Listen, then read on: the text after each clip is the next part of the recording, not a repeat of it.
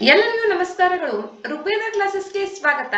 ಈ ದಿನ ನಾವು ಹಿಮೋಫಿಲಿಯಾ ಎ ಮತ್ತು ವಾನ್ ವಿಲ್ಲೆಬ್ರಾಂಡ್ ಕಾಯಿಲೆಯು ಏಕೆ ಸುದ್ದಿಯಲ್ಲಿದೆ ಮತ್ತು ಆ ಕಾಯಿಲೆಯ ಬಗ್ಗೆ ಮಾಹಿತಿಯನ್ನ ಈ ವಿಡಿಯೋದಲ್ಲಿ ತಿಳಿದುಕೊಳ್ಳೋಣ.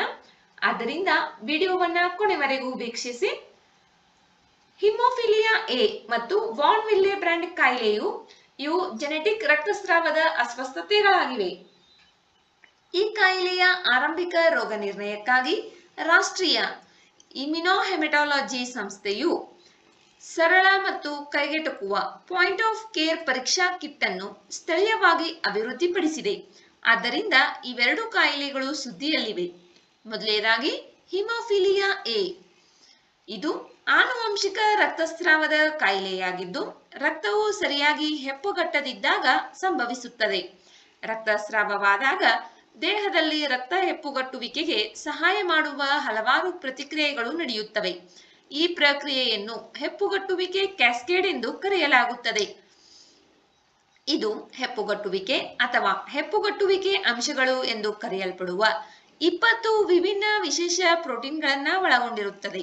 ಈ ಅಂಶಗಳಲ್ಲಿ ಒಂದು ಅಥವಾ ಹೆಚ್ಚಿನ ಅಂಶಗಳು ಕಾಣೆಯಾಗಿದ್ದರೆ ಅಥವಾ ಅವು ಸರಿಯಾಗಿ ಕಾರ್ಯನಿರ್ವಹಿಸದಿದ್ದರೆ ಅಧಿಕ ರಕ್ತಸ್ರಾವವಾಗುವ ಸಾಧ್ಯತೆ ಇರುತ್ತದೆ. ಅಂಶ 8 ಫ್ಯಾಕ್ಟರ್ 8 ನಂತಹ ಒಂದು ಹೆಪ್ಪುಗಟ್ಟುವಿಕೆ ಅಂಶವಾಗಿದೆ. ದೇಹವು ಸಾಕಷ್ಟು ಫ್ಯಾಕ್ಟರ್ 8 ಅನ್ನು ಉತ್ಪಾದಿಸದ ಕಾರಣ ಹಿಮೋಫಿಲಿಯಾ ಎ ಉಂಟಾಗುತ್ತದೆ.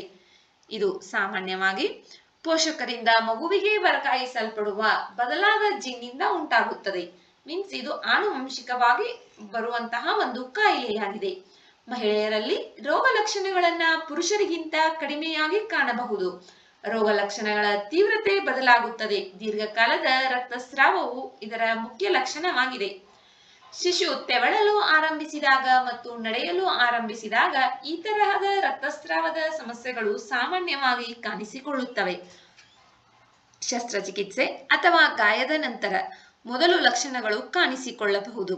ಆಂತರಿಕ ರಕ್ತಸ್ರಾವ ಎಲ್ಲಿ ಬೇಕಾದರೂ ಸಂಭವಿಸಬಹುದು.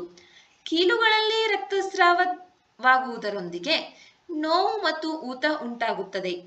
ಮೂತ್ರ ಅಥವಾ ಮಲದಲ್ಲಿ ರಕ್ತ ಕಂಡುಬರುತ್ತದೆ. ಜೀರ್ಣಾಂಗ ವ್ಯವಸ್ಥೆ ಮತ್ತು ಮೂತ್ರನಾಳದಿಂದ ರಕ್ತಸ್ರಾವವಾಗುವುದು. ಮೂಗಿನಲ್ಲಿ ರಕ್ತಸ್ರಾವವಾಗುವುದು. ಯಾವುದೇ ಕಾರಣವಿಲ್ಲದೆ ಪ್ರಾರಂಭವಾಗುವ ರಕ್ತಸ್ರಾವ ಸಾಮಾನ್ಯವಾಗಿ ಹಿಮೋಫಿಲಿಯಾ ಎಗೆ ಫ್ಯಾಕ್ಟರ್ ರಿಪ್ಲೇಸ್ಮೆಂಟ್ ಥೆರಪಿ ಮೂಲಕ ಚಿಕಿತ್ಸೆ ನೀಡಲಾಗುತ್ತದೆ. ರಕ್ತಸ್ರಾವಕ್ಕೆ ಕೇಂದ್ರೀಕೃತ ಅಂಶ 8 ಅನ್ನು ನೀಡಲಾಗುತ್ತದೆ. ಅಂಶ 8 ರಕ್ತ ಹೆಪ್ಪುಗಟ್ಟಲು ಸಹಾಯ ಮಾಡುವ ಕಾಣೆಯಾದ ರಕ್ತ ಪ್ರೋಟೀನ್ ಅಥವಾ ಅಂಶವನ್ನ ಸ್ಥಳಾಂತರಿಸುತ್ತದೆ. ಹಿಮೋಫಿಲಿಯಾ ಎ ಇದು ಒಂದು ಆನುವಂಶಿಕ ರೋಗವಾಗಿದೆ. ಇದರಲ್ಲಿ ರಕ್ತ ಹೆಪ್ಪುಗಟ್ಟುವುದಿಲ್ಲ. ಇದಕ್ಕೆ ಕಾರಣ ಇಂಪಾರ್ಟೆಂಟ್ ಆಗಿ ಫ್ಯಾಕ್ಟರ್ 8 ಉತ್ಪಾದನೆ ಆಗ್ತಾ ಇರುವುದಿಲ್ಲ ದೇಹದಲ್ಲಿ. ಆದ್ದರಿಂದ ಹಿಮೋಫಿಲಿಯಾ ಎ ಉಂಟಾಗುತ್ತದೆ. ಇದನ್ನ ಫ್ಯಾಕ್ಟರ್ ರಿಪ್ಲೇಸ್ಮೆಂಟ್ ಥೆರಪಿ ಮೂಲಕ ಚಿಕಿತ್ಸೆ ನೀಡಿ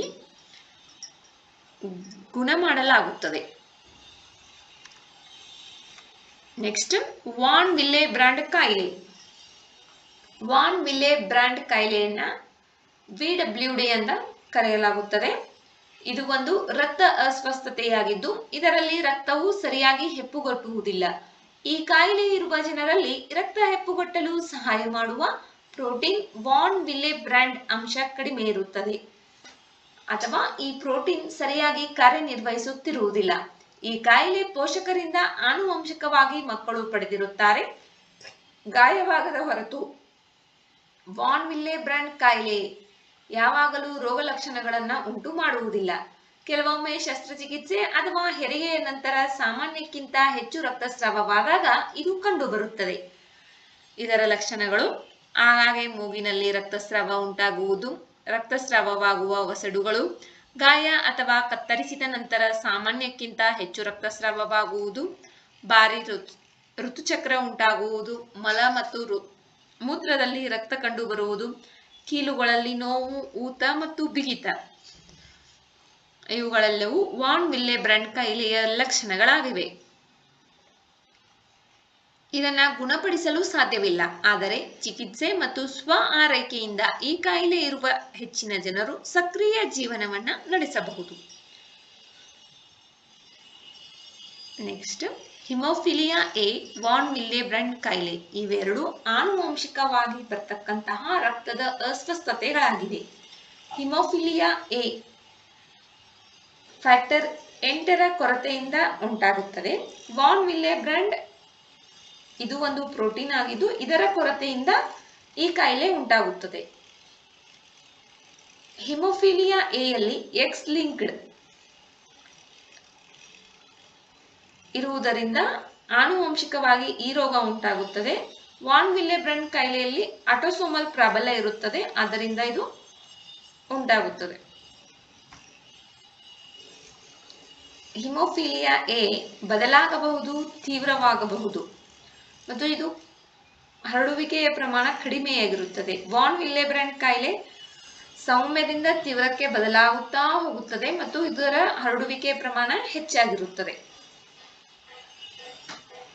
ಈ ದಿನ ನಾವು 2 ಹೊಸ ಕಾಯಿಲೆಯ ಬಗ್ಗೆ ತಿಳಿದುಕೊಂಡಿದ್ದೇವೆ. ಈ ಮಾಹಿತಿ ನಮಗೆ ಉಪಯುಕ್ತವಾಗಿದೆ ಎನಿಸಿದರೆ ಈ ವಿಡಿಯೋಗೆ ಒಂದು ಲೈಕ್ ಮಾಡಿ. ಮತ್ತಷ್ಟು ಮಾಹಿತಿಗಾಗಿ ನಮ್ಮ ಚಾನೆಲ್ನಲ್ಲಿರುವ ವಿಡಿಯೋಗಳನ್ನು ವೀಕ್ಷಿಸಿ. ಮುಂಬರುವ ವಿಡಿಯೋಗಳು ಮತ್ತು ಮಾಹಿತಿಗಾಗಿ ನಮ್ಮ ಚಾನೆಲ್ ಅನ್ನು ಸಬ್ಸ್ಕ್ರೈಬ್ ಮಾಡಿಕೊಳ್ಳಿ. ನಿಮ್ಮ ಸ್ನೇಹಿತರೊಂದಿಗೆ ಹಂಚಿಕೊಳ್ಳಿ. ನಿಮ್ಮ ಅಮೂಲ್ಯವಾದ ಸಮಯವನ್ನ ನೀಡಿ ವಿಡಿಯೋವನ್ನ ವೀಕ್ಷಿಸಿದ್ದಕ್ಕಾಗಿ ಧನ್ಯವಾದಗಳು.